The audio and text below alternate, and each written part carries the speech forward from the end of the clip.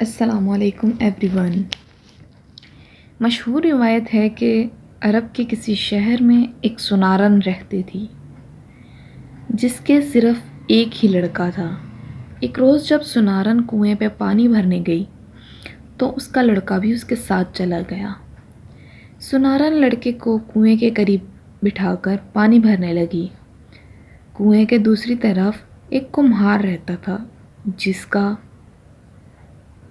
آوا اس وقت خوب روشن تھا۔ لڑکا کھیلتے کھیلتے اس طرف نکل گیا۔ سنارن جب پانی بھر چکی تو کنویں کے قریب لڑکے کو نہ پا کر خیال کیا کہ گھر چلا گیا ہوگا۔ واپس گھر پہنچی تو گھر پر بھی لڑکا موجود نہیں۔ آخر ماں تھی، بہت پریشان ہوئی، روتی پیٹتی اپنے لگتے جگر کی تلاش میں دوبارہ گھر سے نکلی۔ کنویں کے قریب آئی، جگہ جگہ ڈھونڈا، سرگردان پریشان پھرتی رہی، ہر ایک سے پوچھا مگر کوئی سراغ نہ ملا، کہیں پتہ نہ چلا۔ اسی طرح شام ہو گئی۔ یک شور ہوا کہ سنارن کا لڑکا کمہار کے آوے میں گر کر جل گیا ہے۔ یہ سن کر اسے انتہائی صدمہ ہوا اور اس قدر روئی میں غش آ گیا۔ عالم غشی میں کیا دیکھتی ہے کہ ایک نقاب پوش خاتون تشریف لائی ہیں اور فرماتی ہیں کہ غم نہ کرو، تیرا لڑکا بہت جلد تجھ سے مل لے گا۔ تو نیت کر اگر تیرا لڑکا صحیح سالم مل جائے، زندہ کھیلتا کودتا مل جائے تو میں جناب سیدہ کی کہانی سنوں گی۔ سنارن نے فوراً عالم غشی میں ہی نیت کر کے منت مان لی۔ جب آنکھ کھلی تو واقعی سنارن نے دیکھا کہ لڑکا خدا کے فضل و کرم سے ہنستا کھیلتا زندہ سلامت چلا آ رہا ہے اور اس کے جسم پر آگ نے کوئی اثر نہیں کیا، یہاں تک کہ لباس بھی بالکل محفوظ رہا۔ سنارن بچے کو لے کر خوشی خوشی بازار گئی، 2 پیسے سے شیرینی مول لی اور پڑوسیوں سے کہا کہ میری مراد پوری ہو گئی، میرے گھر جناب سیدہ کی کہانی مجھے سنا دو اگر کسی کو یاد ہو۔ 6-7 گھر پھری لیکن ہر ایک نے یہی کہا کہ نہ ہمیں کہانی یاد ہے، نہ ہمیں اتنی فضول باتوں کی طرف توجہ دیتے ہیں۔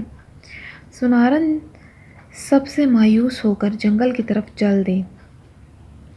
کچھ دور چل کر وہی نقاب پوش خاتون نظر آئی اور فرمایا کہ اے خاتون، مت رو، چادر بچھا کر بیٹھ جا، میں کہانی سناتی ہوں، تو سن۔ آپ نے فرمایا کہ شہر مدینہ میں ایک یہودی رہتا تھا، اس کی لڑکی کی شادی تھی۔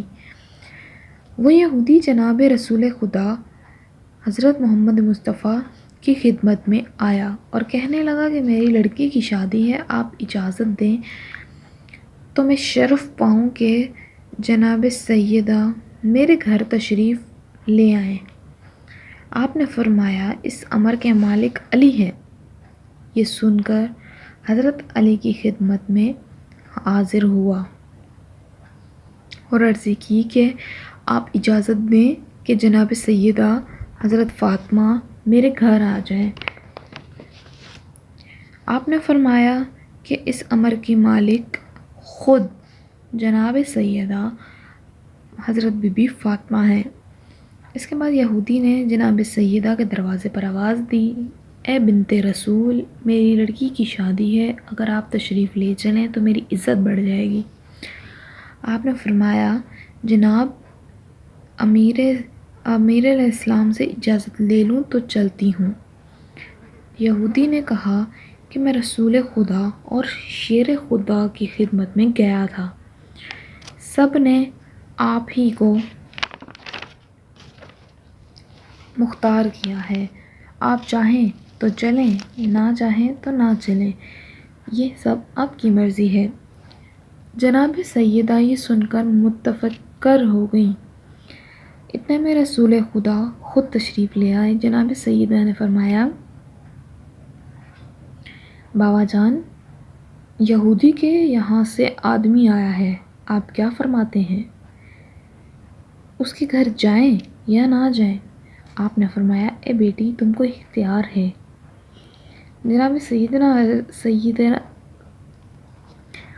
سیدہ نے عرض کیا، بابا جان، آپ کی سخت توہین ہوگی، کیونکہ ان کی عورتیں عمدہ اور نفیس لباس و زیورات سے مزین ہوں گی، اور میرے پاس وہی پھٹے پرانے کپڑے ہیں جس میں جا بجا پیوند لگے ہوئے ہیں۔ رسول خدا نے فرمایا، اے بیٹی، اسی حالت میں جاؤ، جو مرضی وہی کرو۔ چنانچہ جناب سیدہ جانے کے لیے تیار ہو گئیں۔ اپنی ڈیوڑی تک نہ پہنچی تھیں کہ جنت سے حور تشریف لائی اور جناب سیدہ کو زیورات اور لباس سے آراستہ کیا اور اپنا جلوس لے کر جناب سیدہ کو روانہ کیا۔ کچھ حوریں دائیں اور بائیں، کچھ آگے اور پیچھے روانہ ہوئیں۔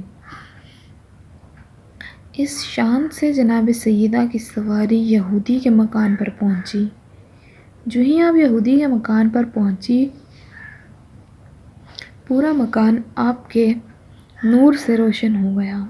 ایسی خوشبو پھیلی کہ دور دور تک خوشبو محسوس ہونے لگی۔ یہ تحمل و وقار دیکھ کر تمام یہودی عورتیں بے ہوش ہو گئیں۔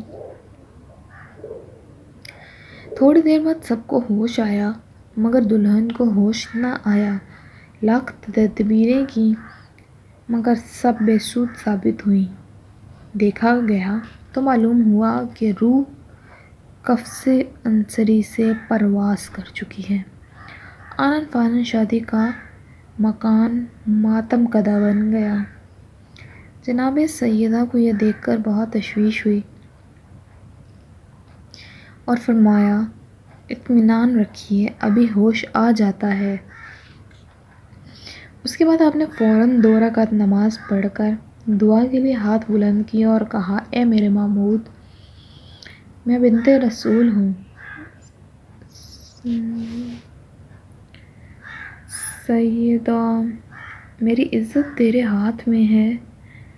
تمام لوگ یہی کہیں گے کہ سیدہ کے آتے ہی دلہن ختم ہو گئی۔ خانہ شادی خانہ غم بن گیا۔ کچھ دیر نہ گزری تھی کہ آپ کی دعا قبول ہو گئی اور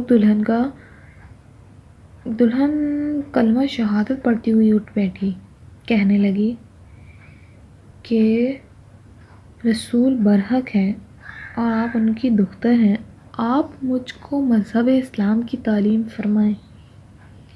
اور اسی طرح صدقے دل سے وہ عورت مسلمان ہو گئی۔ اس کے بعد انہوں نے جناب فاطمہ کو بہت عزت و احترام سے رخصت کیا۔ ایک عورت آپ کی کنیزی میں دے دی۔ آپ اپنے دولت خانے پر واپس تشریف لے آئیں۔ تمام ماجرا رسول خدا سے بیان کیا۔ رسول خدا نے بھی خدا کا شکر ادا کیا اور اس طرح سے یہ کہانی ختم ہو گئی۔ اگر آپ کو پسند آئے تو لائک، شیئر اور سبسکرائب ضرور کیجیے گا۔ شکریہ۔